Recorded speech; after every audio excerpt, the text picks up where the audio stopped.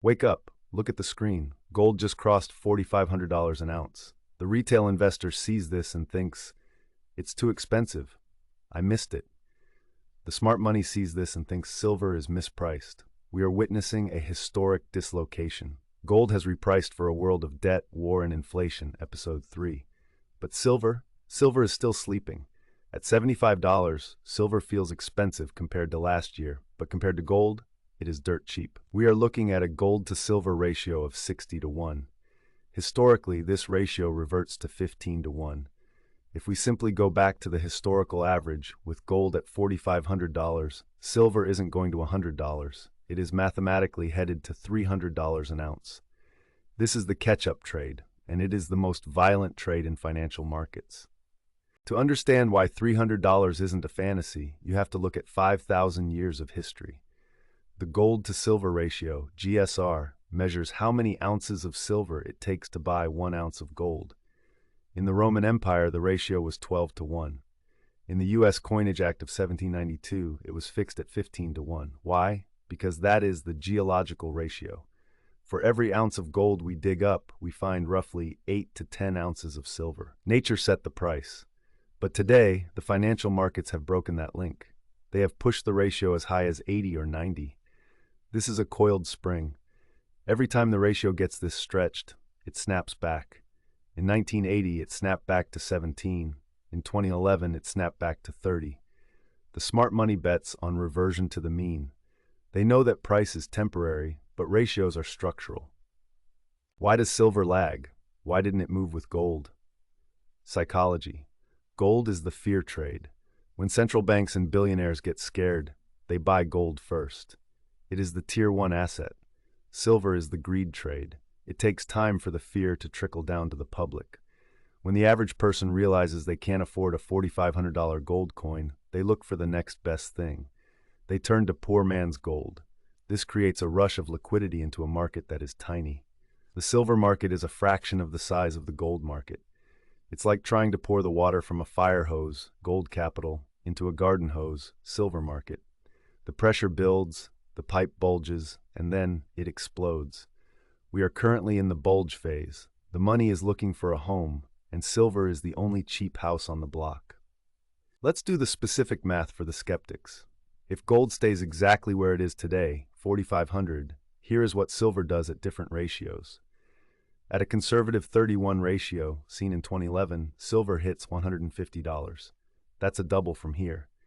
At the historical 15:1 ratio seen for centuries, silver hits $300. That's a 4x. But what if gold goes higher? Bank of America and Citi are projecting $5,000 or $6,000 gold by 2026. If gold hits $6,000 and the ratio reverts to 15, silver goes to $400. This is the asymmetry of the trade. Gold has to work hard to double. It needs a total currency collapse. Silver can double just by catching up to where gold already is. It doesn't need a new crisis, it just needs arbitrage. This brings us to the advanced strategy, the ratio trade. The goal of the smart money isn't to get more dollars, it is to get more ounces. Here's the play. Step 1. When the ratio is high, like today at 60, you trade your gold for silver. You swap 1 ounce of gold and get 60 ounces of silver. Step 2. You wait. You wait for the snapback. Step 3. When the ratio hits 15, silver is expensive, gold is cheap, you swap back. You trade your 60 ounces of silver and get 4 ounces of gold. You started with 1 ounce, you ended with 4 ounces. You quadrupled your wealth without putting a single extra dollar into the market. You simply played the cycle.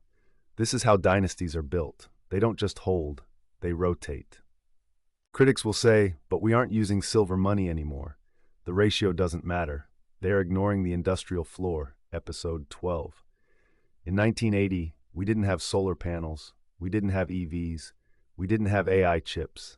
Today, silver has a floor under the price because industry must buy it. Apple doesn't care if silver is $30 or $300.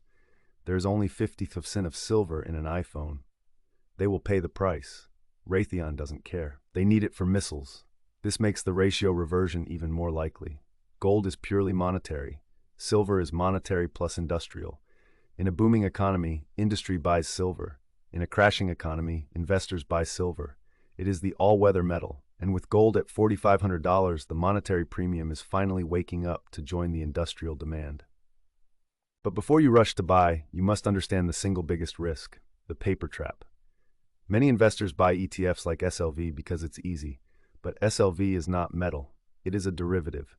In the fine print, many ETFs have a force majeure clause. If there is a true physical shortage, where solar companies drain the vaults, the ETF can settle your shares in cash, not metal. Imagine this. Silver hits $300. The ETF declares a shortage and closes your position at the last trade, which might be $100. You get your dollars back, but you miss the squeeze. Even the safer ETF, Sprott, PSLV, has limitations. You need 10,000 ounces to redeem physical metal. For most people, that is impossible. If you hold paper, you are betting on the price. If you hold physical, you own the asset. In a crisis, the paper price and the street price will disconnect. You want to be on the side of the street price. What happens when silver breaks $100? That is the psychological barrier. At $100, it makes the evening news. At $100, the FOMO begins. The supply chain is already thin. When the public tries to enter a market this small, premiums explode. We saw this in 2021. The spot price was $25, but you couldn't buy an eagle for less than $40. At $300 silver, the paper price might be $300, but the physical price might be $400. We are approaching a singularity where you simply cannot get the metal. The smart money is buying now at 75s because they know that at $150 the window closes. Availability, not price, becomes the primary risk. Let's summarize the investigation. Gold at $4,500 is the signal. Silver at $300 is the destination. The smart money playbook is a pivot. 1. Do the ratio check. If you hold mostly gold, consider swapping some for silver to capture the leverage. 2. Ignore the volatility. Silver will crash 10% on the way to doubling. It is a wild horse. Do not use leverage or you will be bucked off, episode 13. 3. Watch the ratio. When the GSR hits 20 or 15, that is the exit signal. That is when you swap back to gold or land. 4. Do not wait for the news. By the time CNN talks about $300 silver, the smart money will be selling. The gap is wide. The snapback is inevitable. This is the smart money wisdoms. The future belongs to the owners.